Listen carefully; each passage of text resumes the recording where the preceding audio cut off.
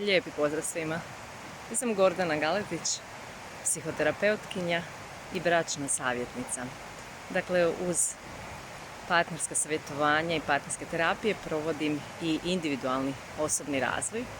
A danas ću vam govoriti malo o tome da li stalno bivanje zajedno ili povremeno razdvajanje partnera doprinosi ili šteti vezi.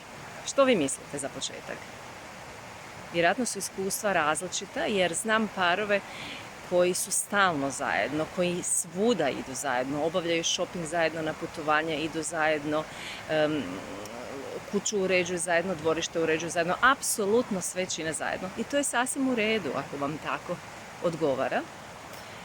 Ono što također je dobro znati je da smo mi u paru dvije različite osobe koji činimo našu zajednicu. I dobro je dozvoliti si tu diferencijaciju. Ja sam ja, ti si ti. I to je sasvim u redu. I tek kada osjetimo to i prihvatimo te naše različitosti, naš odnos može još više procvjetati. A kakve to ima veze sa ovom temom? Evo, ja se trenutno nalazim u Španjolskoj,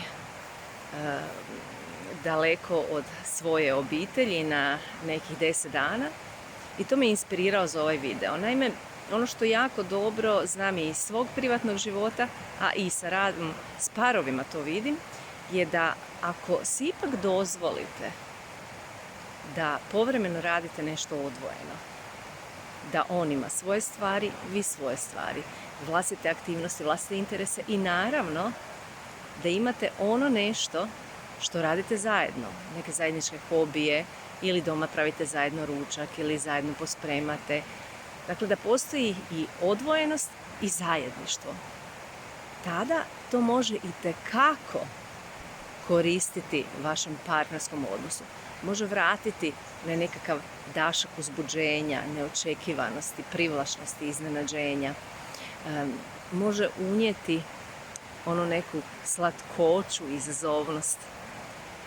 A tu vam ulaze i putovanja. Sasvim je dobro i korisno da povremeno negdje otputujete sami.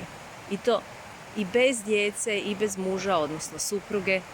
Naprosto, to može biti samo jedan dan, neki izlet u prirodu. Može biti da si priuštite neki wellness ili neko dalje putovanje. Dakle, moja preporuka je gradite zajedništvo, ali isto tako njegujte individualnost. Ja sam Gordana Galetić, više na www.centarsreća.hr.